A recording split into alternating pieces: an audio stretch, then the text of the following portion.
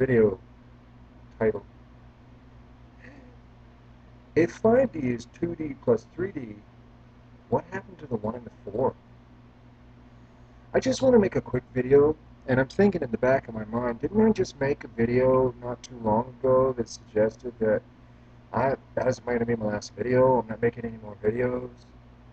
And it's like, am I that guy who like retires just so he can have a coming out of retirement party again and again and again? It's funny to me. But I did get an idea, and it's not an idea, it's because I've been making videos the past month especially. Okay, Ascension happened in 2012, but for me, my experience was more than a year ago. And then I took a long break from YouTube, didn't make any videos, nothing was said through me. Meanwhile, I moved to a different state. And that's metaphorical and literal. I was in Texas, now I'm in Arizona. But I have come to regard the symbolism of states of our union as being the state of the relationship one has with consciousness inside of the unified self. So it's very symbolic that we have these various states. For me, when I am moved from one state to another state, that move takes place on every conceivable level. It takes 24 hours to drive 1,000 miles, but it may take, I don't know, 6 months or a year for the symbolism of that to surface. That's not why I'm making this particular video. This particular one, I better capture the information and sort of ground it in before it goes away. I've been learning, because of all this video making, I've been learning there is a difference. There is a marked difference, a notable difference between what we experience as two-dimensional existence. Meaning it can go that way, it can go that way, but it does not have a third dimension. It literally happens on a plane, and we call it the mental plane. So what we experience on the mental plane is noticeably different than what we experience with that added dimension. The added dimension is something that I was trained to call my life, and discount anything that didn't happen out here in the light. And that, how's that working for us? How's that working out? It doesn't really work. There's something wrong. It's broken. There's something missing. And in this process of discovering, I didn't discover anything. Let me back up. Let me remember who I am and what I am. I experienced consciousness as that about humanity that would ascend in 2012. I had an experience that showed me consciousness did ascend in 2012. It did what they said. But the sun is symbolism of the source light of what we know ourselves to be. And it did that. It passed through a plane and is now in its other.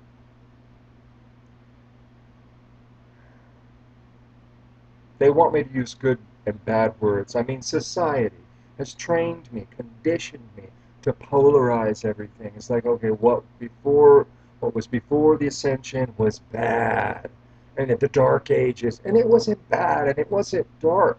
It was just something else. And now, the cycle repeats, and now we're into the something else. But because it's so brand new, and I'm not taking my training from society anymore, I'm taking it from my heart. My heart is perceiving data now. My eyes are not reading books so that my mind can accumulate PhDs. My heart is receiving data so that it can unravel the mess that my mind has made in 47 years. So this is what I meant earlier. Well, how's that working for us? Okay, it didn't work. So it's a good thing that consciousness has the opportunity to experience the other part of its sine wave. Boom, you can watch. I'm spinning my finger, but if we look at it from the side, we can watch my spinning finger make a two-dimensional sine wave. Boom. And anyway, so what happens when we isolate, this has happened through me. I'm trying to use language very carefully so that I don't take credit for it. You can't discover the sky, for example. It's like, well, oh, I discovered the sky outside today. Isn't that miraculous? Like, no. It's consciousness is one of those things about our existence that can't be discovered by one person because it has nothing to do with like an ego self that wants to, you know, put its name on a piece of paper and own it, maybe even get some money out of it. It's not about that. It's about I am a vessel, and consciousness has, what are the words? Like upgraded me sufficiently, and it has worked with me, and it has steadily, steadily, steadily altered the frequency of my tiny little DNA antennas. You know, they've been reshaped. They're a different shape now.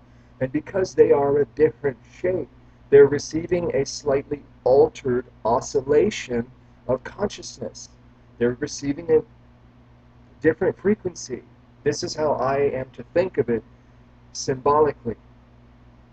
Okay, so I'm trying to use the language very carefully to not take credit for anything good that I accomplished, which is really hard to do, but I try. um, so, excuse me. In this past month, I forgot to open my eyes. In the past month, I've learned about the second dimension and how it is entirely distinguishable from the third dimension in two ways. One is the mentality of it, and two is that literally it isn't happening out here in this place, this dimension that has the depth. This is light. Thought can only spread it. I point to this second dimension. Thought can only spread itself out in a plane because it has not been given, space. It hasn't been given the third dimension. In order for thought to acquire a third dimension, it has to be worthy of this watery vessel. It has to be willing to come into this vessel and have itself be altered. It can't pass itself off as a third dimensional, a third dimensional manifestation until it's been given the extra dimension. And that's what this light form is. So I was saying thought is, it travels across a plane. It's rules. Rules are literally lines, straight lines. That is what a rule is, like college ruled paper, or a ruler, which is a straight piece of wood or plastic that helps a person do one thing and one thing only, draw straight lines. That's what rules truly are. So we have this thing in society called rules.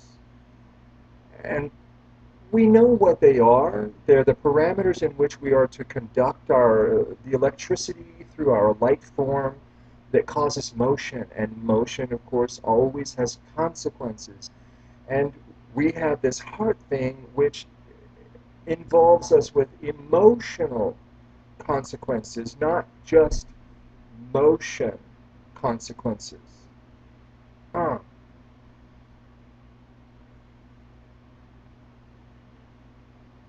I wasn't sure if making this video would be possible. What I really want to do is allow it to just focus in, and I want to relate to you my experience. I'm not trying to teach. I'm not trying to teach anybody anything. I opened up the webcam to relate my experience. I have been wondering, because of all the video making that taught me about the second dimension as opposed to the third dimension, I have been wondering, what's next? I mean, okay, so the second dimension is a bunch of flat rules that are they're trying to they were habituated by society to be negative and to induce fear. With negativity and fear, you can make anybody do anything. Just ask the church, right? But we don't want negativity and fear. Still, we don't want to cut off our mental plane. It's a part of our being. Without it, Lord only knows what would happen. On the other hand, the mental plane has been conditioned by the false rules laid down for us to conduct itself through the body in whatever way it can get there. It's like, well, if I grab at it with negativity and fear, then I can bully it into doing what I want, and I can in that way be, in the third dimension. And that's not the new way. That's not the new consciousness. The old paradigm was about externalizing cost. It's like the mind didn't give a flying beep about what the heart would have to endure. Like the mind just has this wild idea. It's Friday night. I'm going to go out and get plastered on alcohol, which is what? Poison for our body. You might as well be drinking antifreeze, except the death is much, much slower. Cells die. Linings are sloughed. The flora and fauna of your gut are obliterated. Your liver has to process every drop of alcohol that you consume. It's an all-body experience. Anyway, but the mind doesn't have to care about that, because the mind the next day is like, the dude who got drunk last night, he's nowhere to be found. It's like the dude you're talking to now, he's the one who's got to clean up and sober up and get all that alcohol out of his system. It's like, that's the dude you're talking to now. So, very difficult. It's difficult to embarrass myself in this way and just keep going. What I really want to talk about is my experience. And that's hard for me to do, because the information that causes the experience is intertwined with all this stuff that is babbling out from my mouth. And it's difficult for me to, act like a wheat thresher. I'm taking the wheat and leaving the chaff. And it's hard to do that. It's energy. How do you separate electromagnetism away from electromagnetism? Truth be told, you don't. You embrace it for what it is. And that's kind of what I'm talking about. You don't really separate the second dimension from the third dimension, but you do have to take a stand. Consciousness experienced ascension.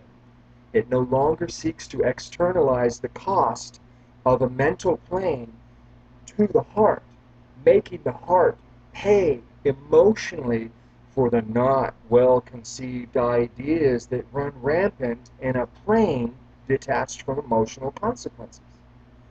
Rather, the new way, and the victimization thing, like, believe me, they're intertwined. I mean, it's like so twisted up together. Externalization of cost equals victimization, if you can trust me on that, or just find it in your own life and know that that is what's going on. The new way for consciousness is to manifest from the heart. Manifest what the heart is learning about. Don't manifest what the mind is learning about. And by manifesting the heart, try to imagine that for the heart to receive and interpret data and find it believable or not believable, plausible or implausible, the energy has already cycled all the way through one's being, and the emotional connection to the manifestation of that energy is already on board. There's nothing to be externalized until a later time. My heart is not going to do something, not well thought out, and then not be there a month and a half from now when some strange phone call happens and says, yo, I don't know, I know that was you who backed into my truck in the driveway. I don't know, some weird example. The heart doesn't do that. The heart doesn't behave that way. The heart doesn't want to have to deal with the emotional consequences of being itself in that way. So it alters the frequency of its own self and manifests instead the self, the frequency of self that produces a joyful outcome. That's the benefit of not externalizing the cost. And now for consciousness, the trick is to help the mind, already so conditioned and habituated by society to just be a bad boy, to help the mind understand that it's worth it. Oh my God, it's worth it to allow yourself to be altered and then to be expressed as a different frequency, one that doesn't cause harm and doesn't produce emotional fallout, not just for oneself. If one is hurting here, then trust me as you can, that pain is symbolized somewhere, if not everywhere, in the external environment. Even though, it's not really external, it's all really one big sphere, but whatever. It looks external. It looks like this is the internal environment, and that is the external environment, even if it is all one environment. It's one big house with many, many rooms. So my experience, thanks for allowing me to spend all that time and try and allow this energy to settle down, sort of unfurl in its own way rather than me trying to pluck the fruits from its limbs. That's not my job. My job is to allow it to manifest itself. And sometimes that's really hard. My experience was this. I've been, in my mentality, I've been trying to understand if the two-dimensional plane is not to be viewed as problematic or bad, then how is it to be viewed? And it seems like now the pieces of the puzzle are starting to come to me faster and faster, and I'm getting a more spherical impression of what my new truth is going to look like. And it's got nothing to do with anything society taught me. I won't even go there. Don't say the word science. I no longer am able to limit my perception to being, okay, the second dimension is happening in that plane that supposedly divides my brain. There's a plane there, and that's the second dimension, and it's housed inside of me, and no, it's helping me to imagine that something as small as an atom would be the smallest hologram building block of this light reality called 3D. And even that smallest building block has a mental plane. How can this be? Because I imbue that dimension into that small little hologram. And then just quickly take that atomic level hologram right up to the macro scale. I might as well be walking around inside of an atomic structure where, say, the sun is the nucleus and Earth is an electron or a proton or neutron. I don't know what science calls them these days. But the Earth and the moon. And I'm walking around on an electron. That's where I live. I live on a gigantic electron. So whatever helps one get there. The point being, everything that I experience out here in this light reality is no. I'm trying to help the information not go that way, but just sort of stay focused. So allow me to not finish that sentence, please and thank you.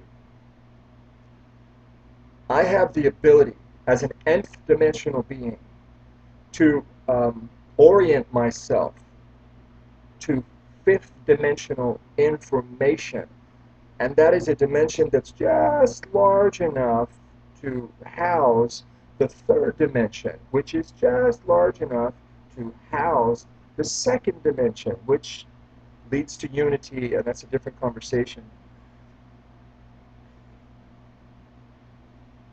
I'm just trying to describe this one very simple concept, and it's difficult, but I at least want to allow the energy to travel into the third dimension.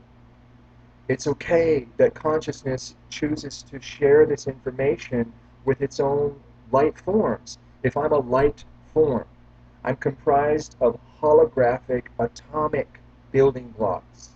And they build on each other and they build molecules. And the molecules bond together just energetically. Nothing ever touches anything, right?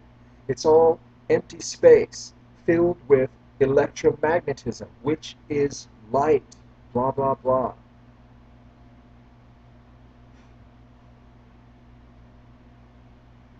The one simple concept that I'm trying to allow to express itself through me is that I have the power to imbue larger dimensions with smaller dimensions. And I, consciousness, through me, that sense of I myself, I have the right and the power to momentarily isolate a second dimensional plane of my own sense of self, isolate it as not functioning well in the present paradigm, and then work with my whole self to alter the rules of that paradigm and give my second dimensional quality a new self perception. It is not something evil or vile or broken or the cause of all of humanity's woes and concerns, humanity being but a small part of the whole of consciousness. It's not the source of all things gone wrong. It's something that was betrayed because a paradigm of consciousness had come about where externalization of cost was the order of the day, and victimization was a strange result. And because everything was about money and machinery and second dimensional corporation type thinking that allowed itself to just reach out and cause harm and let the humans, let those with a heart clean up all the nasty results. Because of things like that, the second dimensional aspect of my own self just essentially got screwed over, and it learned to think very poorly of itself and to lash out with low self-esteem, poor self-perception, self-harm, self-hatred, you name it. Anything negative, you name it. It's like the mind is capable of that, and unfortunately, that vibration harms this light form. So there comes a point in the evolution of this form when, okay, now we've got to go back to that square. We've got to go back to that second dimension and alter its vibration. It is not to be left behind. And I have the power, as consciousness, I have the power to do these things and oh so many more. It's just energy. It takes time. It can take days, not hours, to accomplish some of these changes. And in the early stages of my own humanity, through me, John Cutting, it took years to accomplish what now can be accomplished in days. And ultimately, don't hesitate to imagine I will accomplish in seconds what took hours last year. It's like a snowball effect. It it builds on itself and it happens faster and faster and faster, and it's just whoop, because it's so energetic. It might as well be nothing at all. I mean, I know it's all a great holographic illusion, and that's because light spreads outward. And it looks like there's a way out there. It's like way out there. But there is no way out there.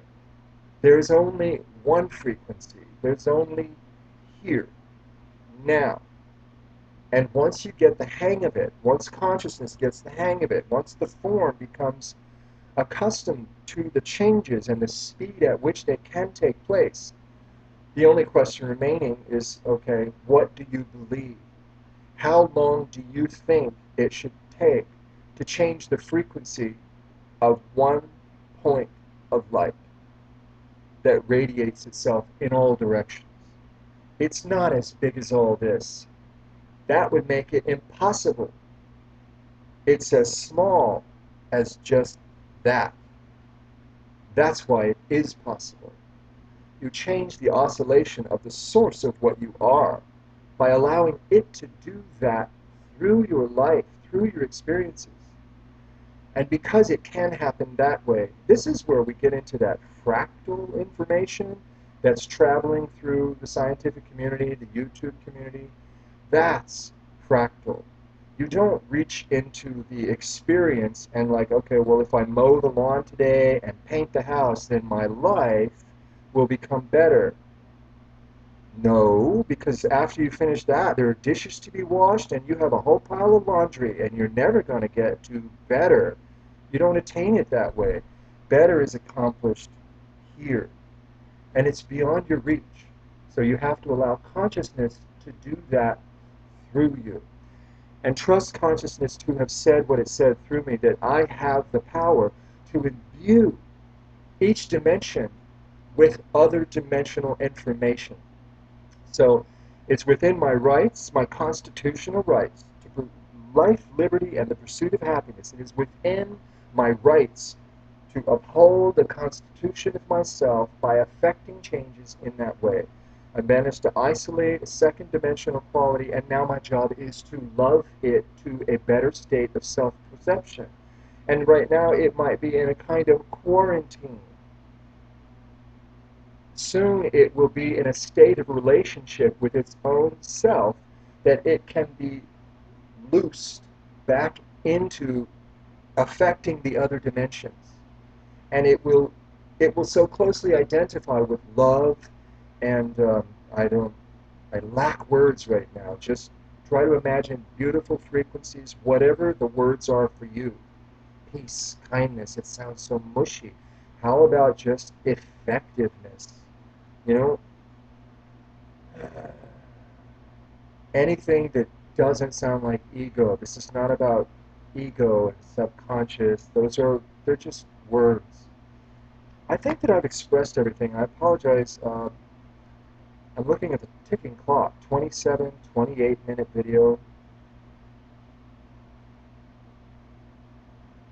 I don't think that I managed to express it well. And that's it.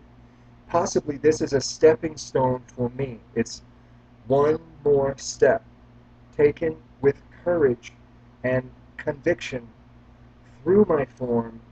And because I was willing to step into the third dimension with this information, it's like I've now rolled out the red carpet for the rest of the information, which theoretically would be better, more well organized, and more meaningful to anyone within earshot. Thank you very much. You are, of course, loved, as am I. We all are one. Bye-bye.